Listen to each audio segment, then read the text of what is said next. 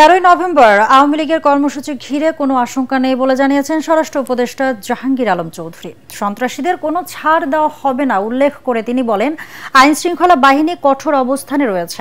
সেই সঙ্গে metro rail সহ কেপিআই স্থাপনাগুলোর নিরাপত্তা বাড়ানো হয়েছে এবং রাস্তার পাশে কেরোসিন তেল বিক্রিও বন্ধ করা হয়েছে।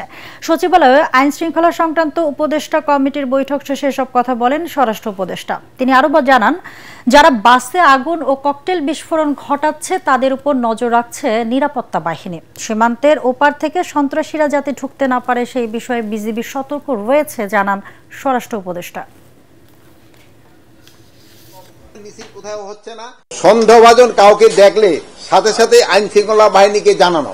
আইন শৃঙ্খলা বাহিনী কিন্তু একটা শক্ত অবস্থান নিয়েছে, এবার এরা একটা শক্ত অবস্থানে থাকবে এবং পরিস্থিতি নরমাল থাকবে। নির্দেশনা দেওয়া আছে এবং আরো দেওয়া হয়েছে যেন কোনো ধরনের সন্ত্রাসী দেশও যেন কোনো সন্ত্রাস করতে না পারে এবং বাইরে থেকেও যেন না আসতে পারে।